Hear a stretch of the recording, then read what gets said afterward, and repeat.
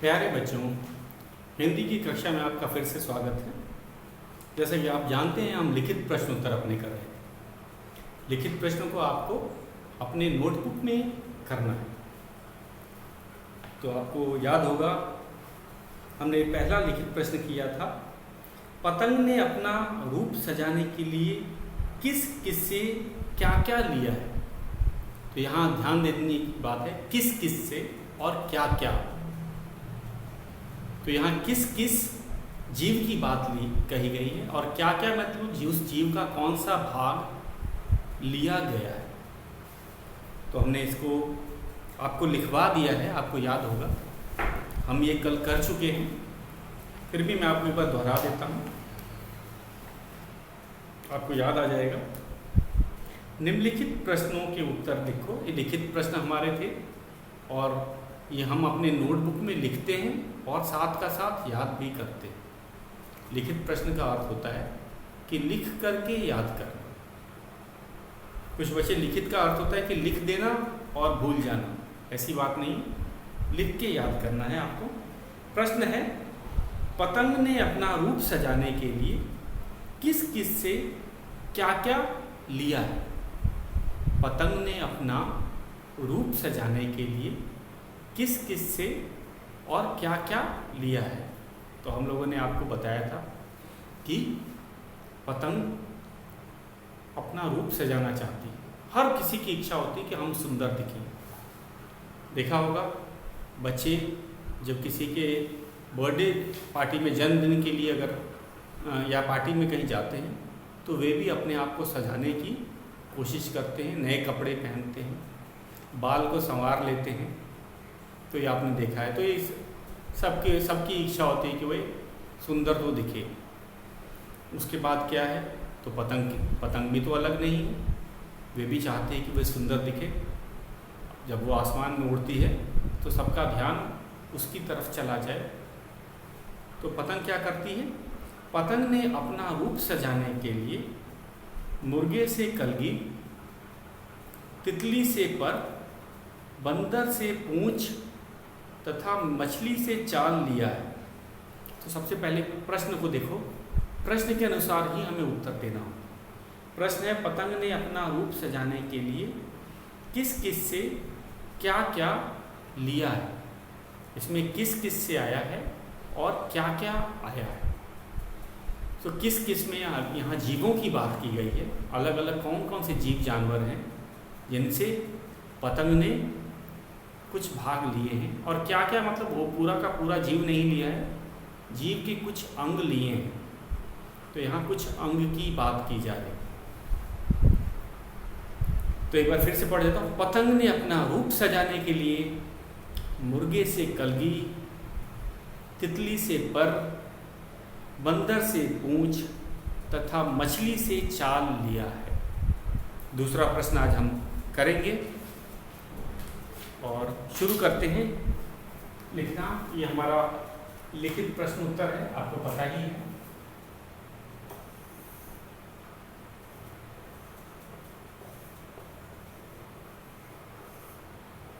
जैसा कि नाम से ही पता चल रहा है, लिखित मतलब इसका लिखित रूप हमें रखना है।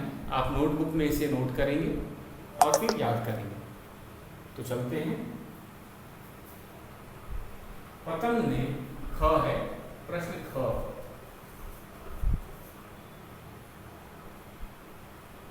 ये ख है कवि,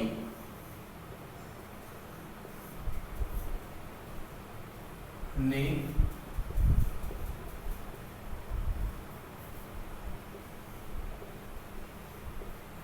पतंग के रंग ढंग को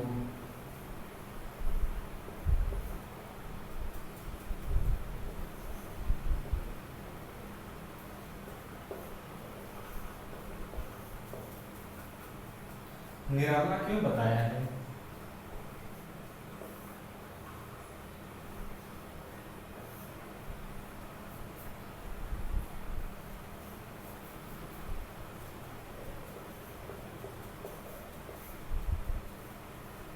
निराला क्यों बताया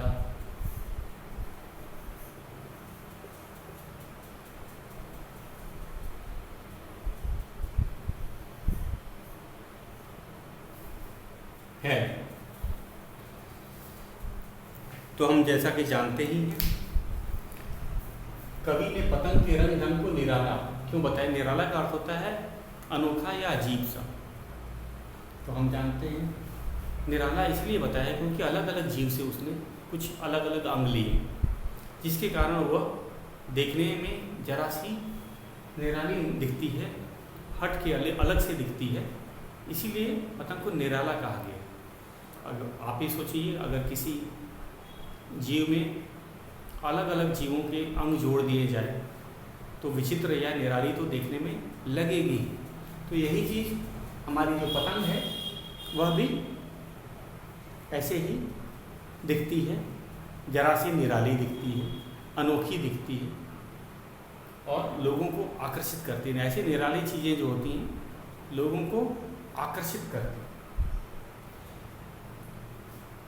तो हम लिखेंगे निराला होने का कारण लिख देते हैं। कवि ने पतंग के रंग ढंग को निराला बताया क्योंकि वह अलग अलग जीवों से कलगी पर और पूंछ और चाल लिया है, और जिस कारण से उसका रंग ढंग विचित्र और निराला हो गया। तो लिखते हैं इसका उत्तर, कवि ने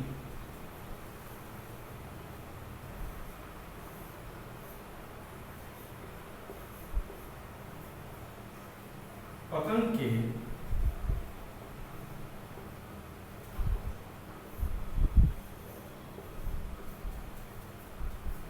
रंग ढंग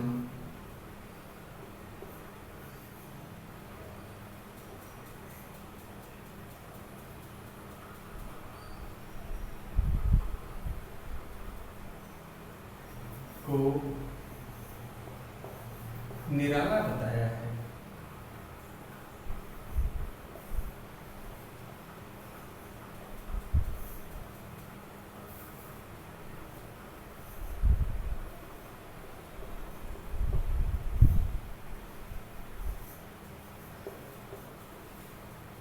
क्योंकि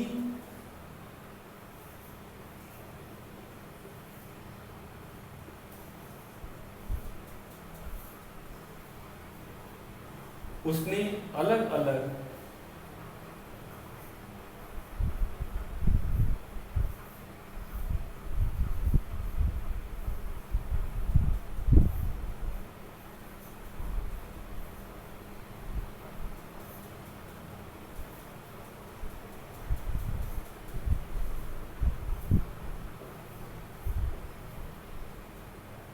जीवों से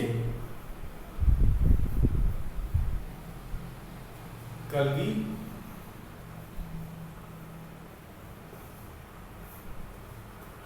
पर पूंछ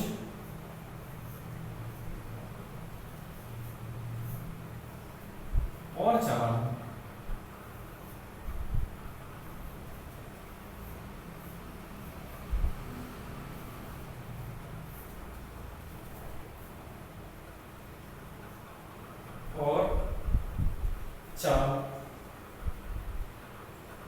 लिया है।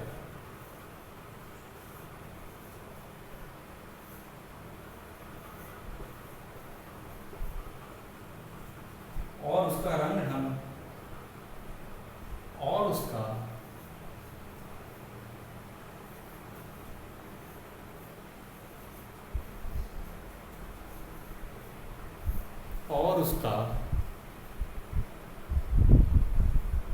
रंग ढंग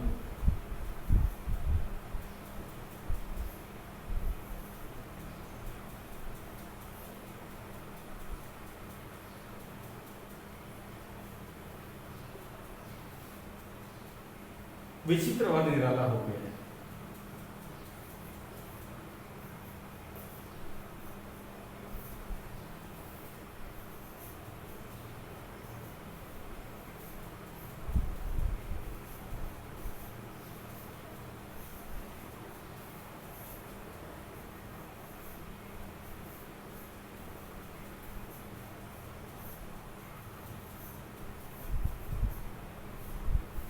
विचित्र और निराला हो गया। तो ये था हमारा ख प्रश्न। कवि ने पतंग के रंग ढंग को निराला क्यों बताया है?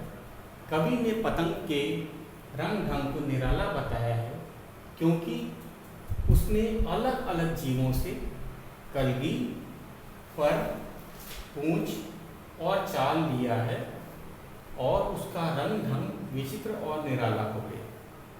तो ये था हमारा उत्तर। तो इसमें कवि इसीलिए निराला उसे कहते हैं। निराला शब्द का अर्थ होता है जो हटके, जो सामान्य तौर पे ना दिखे। जैसे कि जो अजीब सा, अब आप ऐसे जीव की कल्पना करो जिसमें बहुत सारे जीवों की चीज़ें लगी हो। चीज़ें का अर्थ है अंग लगे हों। तो पतंग ने मुर्गे से कलगी ली है, हमने ये लिख रखा है। तितली से पर ले रखे हैं, पर मतलब पंख। बंदर से पूंछ ले रखी है और उसकी जो चाल है, चाल मतलब चलने का ढंग, चलने का तरीका, वो मछली से लिया गया है, ये हम जानते हैं। और इस कारण से जिसके पास अलग अलग चीज़ें और चाल अलग अलग जीवों की होगी तो वो अजीब सा निराला तो दिखेगा ही। तो ये विचित्र सा दिखेगा, निराला दिखेगा, और इसका अर्थ अच्छे में ही लिया जाता है। तो निराला मतलब बुरा नहीं, अच्छा ही है। इसीलिए पतंग हमें बड़ी आकर्षक लगती है। आपने कभी देखा है केवल बच्चे ही नहीं आकर्षित हो जाते, कभी कभी बड़े बड़े लोग भी रुक करके आसमान में पतंग की तरफ देखा करते हैं। क्यों? क्योंकि वो भले छोटी सी होती है, हल्की सी होती है, कागज़ की बनी होती है, कुछ कुछ तीलियाँ भी उसमें लगी होती हैं, धागे से उड़ाई जा रही होती, लेकिन उसमें लगता है जान आ गई है। हमें पता है कि पतंग तो हल्के से कागज़ और कुछ तीलियों से बनी होती है, लेकिन जब वो आसमान में उड़ती है तो किसी से कम नहीं लगती, एक जीव की तरह लगती है। बगुलों तक पहुंच जाती है, बगुलों से बातें करने लगती है, बादलों के पास पहुंच जाती है, और उसकी चाल मछली की तरह विचित्र सी होती है, लहरा के चलती है। तो यही बताया गया है कि अलग जीवों से अलग अलग रंग लेने के कारण ही वो विचित्र हो गई। और यहाँ पे विचित्र बुरा नहीं लगता, अच्छा लगता है, सबको अपनी ओर खींचता है। खींचने का अर्थ है आकर्षित करता है। बच्चे नहीं बड़े भी पतंग को देखते हैं, उड़ती हुई पतंग को हर कोई देखना चाहता है या पकड़ना चाहता है। अगले प्रश्न पे चलते हैं हम।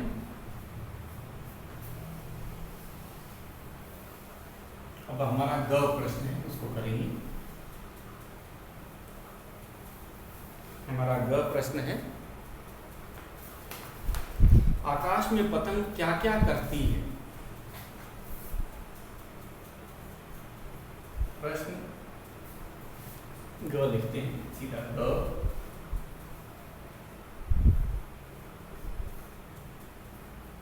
आकाश में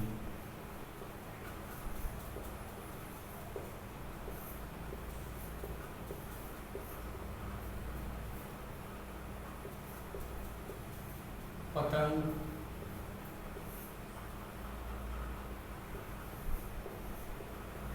क्या क्या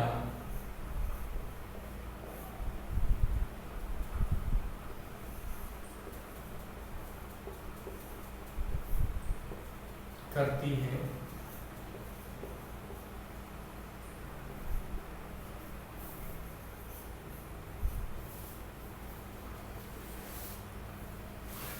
अब इसमें पतंग के बारे में पूछ रहा है कि जब पतंग हवा में उड़ जाती है, आकाश में पहुंच जाती है, तो वो क्या करती है? हमने पता है वो सैलानी की तरह घुमा करती है।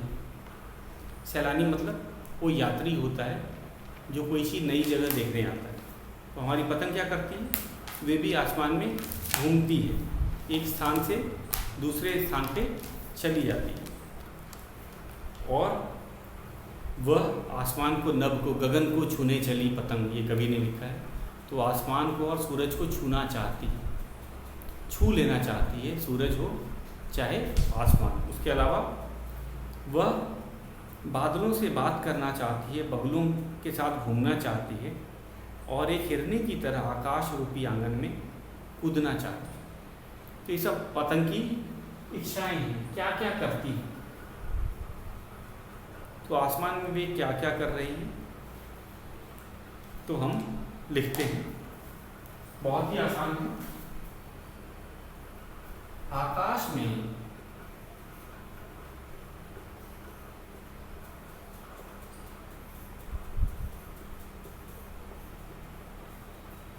पतंग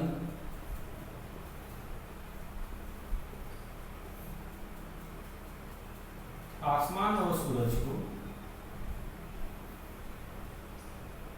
आसमान और सूरज को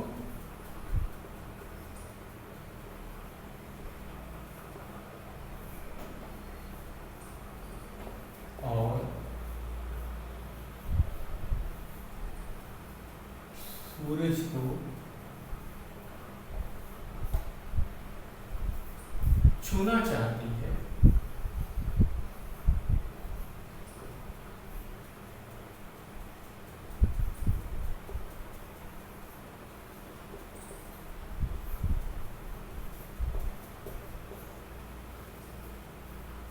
वह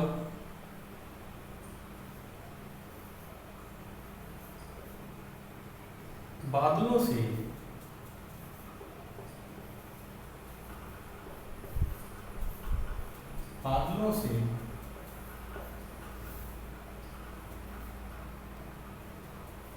बातें करना चाहती है।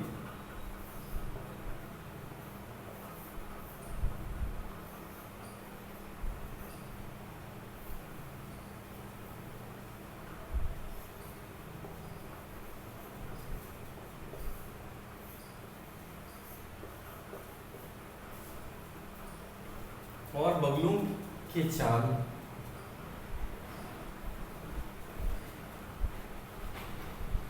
और बगलों के साथ घूमना चाहती है और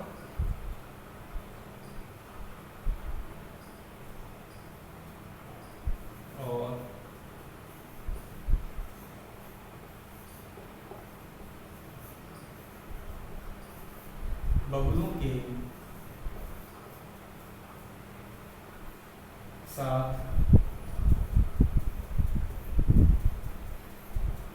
घूमना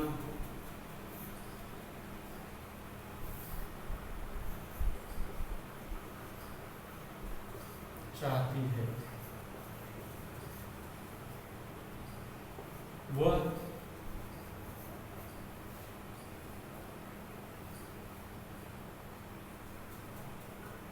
एक हिरनी की तरह, वह एक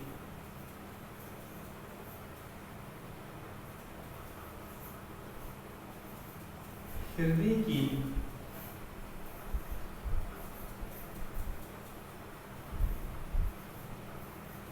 तरह आकाश में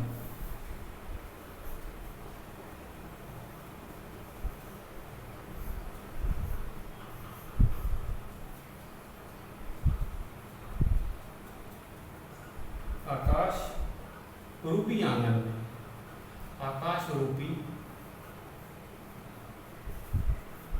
आंगन में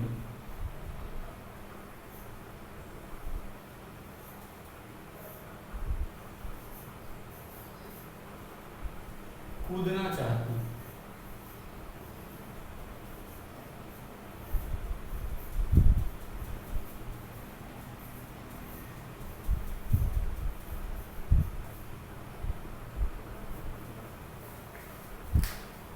तो बच्चों ये था हमारा उत्तर। तो ये जरा सा बड़ा लग रहा है, लेकिन कुछ प्रश्न विस्तार वाले भी होते। तो ये विस्तृत प्रश्न है, 3 या 4 वाक्यों में आ जाएगा। तो फिर से एक बार इसको पढ़ लेते हैं। आकाश में पतंग क्या क्या करती है। आकाश में पतंग क्या क्या करती है। आकाश में पतंग आसमान और सूरज को छूना चाहती है। वह बादलों से बातें करना चाहती है और बगुलों के साथ घूमना चाहती है। वह एक हिरनी की तरह आकाश रूपी आंगन में कूदना चाहती है। ये था हमारा ग प्रश्न। आप इसे नोट कर लीजिए, फिर हम अगला प्रश्न करते हैं। एक बार मैं फिर से पढ़ देता हूँ, आप इसे फिर से नोट कर लीजिएगा और याद करना है। कुछ बच्चे नोट करके नोटबुक में भूल जाते हैं और फिर परीक्षा के समय पढ़ते हैं, तो इससे क्या होता है, उनको याद नहीं होता। क्वेश्चन एक बार फिर से देखो प्रश्न को। आकाश में पतंग क्या क्या करती है? आकाश में पतंग आसमान और सूरज को छूना चाहती है। वह बादलों से बातें करना चाहती है और बगुलों के साथ घूमना चाहती है। वह एक हिरनी की तरह आकाश रूपी आंगन में कूदना चाहती है। तो ये था हमारा, हम कहेंगे ग प्रश्न। अब हम घ प्रश्न की तरफ चलते हैं। घ है हमारा, पतंग को सैलानी क्यों कहा है? इसको मिटा देते हैं।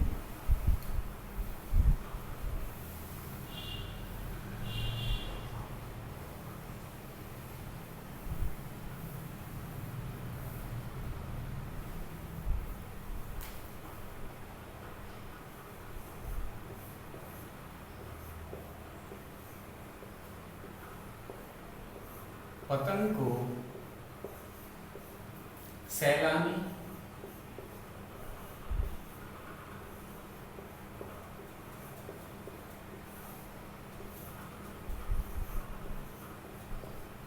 क्यों कहा है?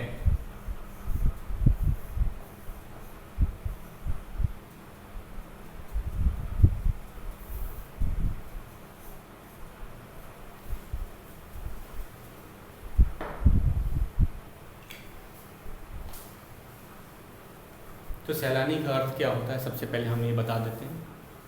यात्री जो किसी नई जगह को देखने आते हैं, जैसे हमारे अपने वाराणसी शहर का उदाहरण बताते हैं। यहाँ पे देसी और विदेशी सैलानी आते हैं। कुछ लोग धार्मिक दृष्टि के कारण बनारस में, वाराणसी में घूमने आते हैं, दर्शन करने आते हैं और वे देश के ही होते हैं। लेकिन कुछ विदेशी जो सैलानी हैं, विदेशों से बनारस को देखने आते हैं। उन्होंने सुन रखा है यहाँ के गंगा घाट के बारे में, तो वे नई नई चीज़ें, नई नई जगह देखा करते हैं। सैलानियों की खासियत क्या होती है, वे नई नई जगह जाके उसका अनुभव लेना चाहते हैं, देखना चाहते हैं। तो पतंग को सैलानी क्यों कहा है? क्योंकि पतंग भी आसमान में क्या करती है, घूमा करती है। पतंग की आदत भी घूमने की है, जैसे कि एक सैलानी की आदत होती है। वे भी आसमान में कभी बगुलों के साथ बात करना चाहती है, बगुलों के साथ विचरना, घूमना चाहती है, बादलों से बात करती है। कभी आसमान में हिरनी की तरह घूमती है, एक जगह से दूसरे जगह। कभी उसका इच्छा होता है कि जाके सूरज को ही छू लें, कभी वो गगन को छूने चलती है। गगन मतलब आसमान। आसमान का कौन सा कोना है वहाँ पहुँच जाया जाए, आसमान का कोना कहाँ ख़त्म होता है वही छूने की कोशिश करती है। तो एक तरह से उसमें सैलानी के गुण हैं। सैलानी घूमने वाला यात्री।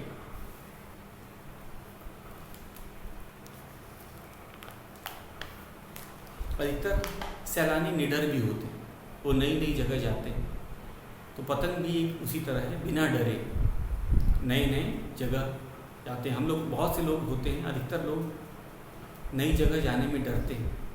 वे सोचते हैं वहाँ जाकर उनको परेशानी हो सकती है, अनजान जगह है, हमारे कोई दोस्त नहीं रहेंगे वहाँ पे मदद करने के लिए, अगर हमें किसी चीज़ की ज़रूरत पड़ जाएगी। तो ये था डर। लेकिन पतंग को डर नहीं लगता।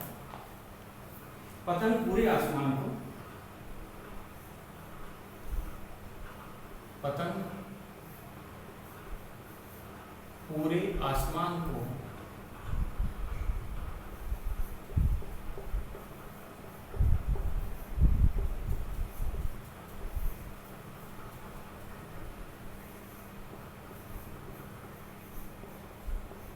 अपना घर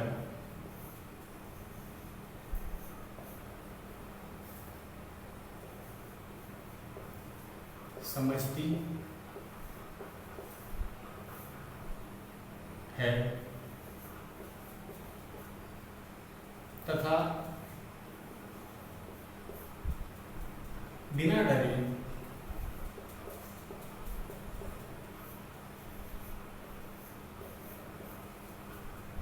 एक सैलानी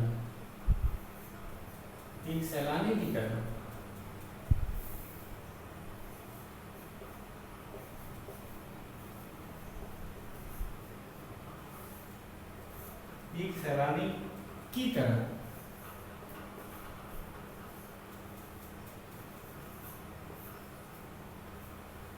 उसमें घुमा करती है,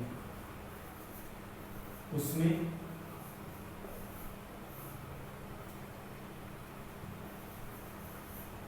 घुमा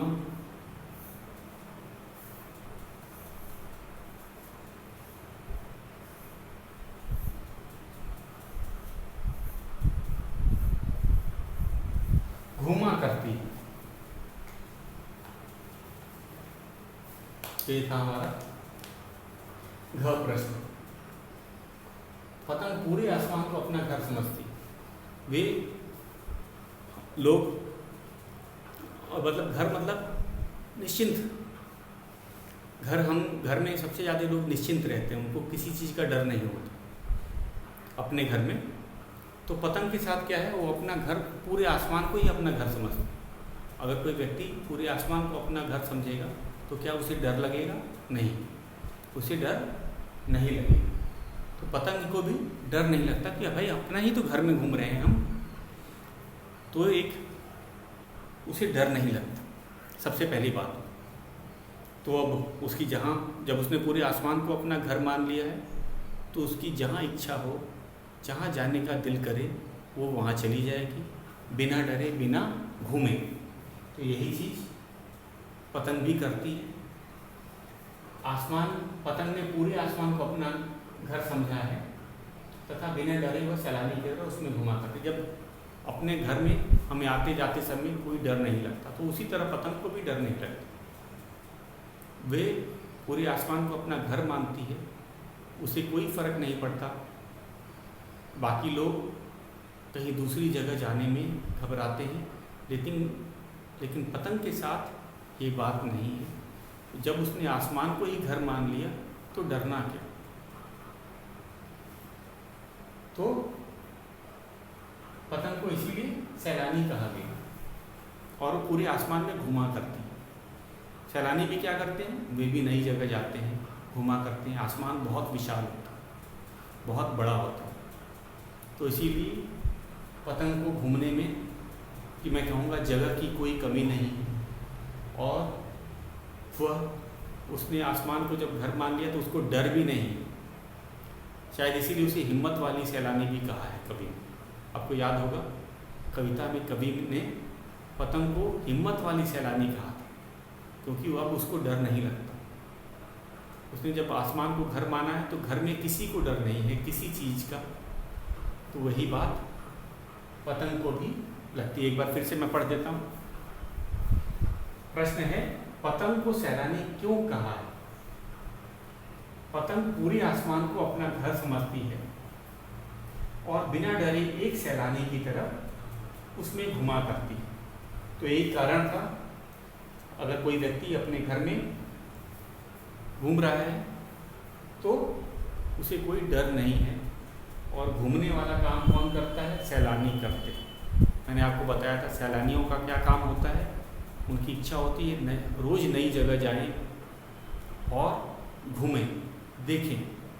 आपने टूरिस्ट लोगों को देखा है, जो टूरिस्ट आते हैं, सैलानी आते हैं, वे दिन भर घूमते हैं और आनंद उनको अच्छा लगता है, आनंद प्राप्त होता है, घूमने में मज़ा आता है। आपको भी आता है तो ठीक उनको भी आता है।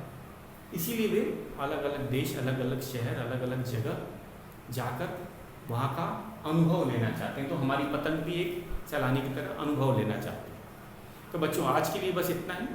अगला प्रश्न हम कल करेंगे।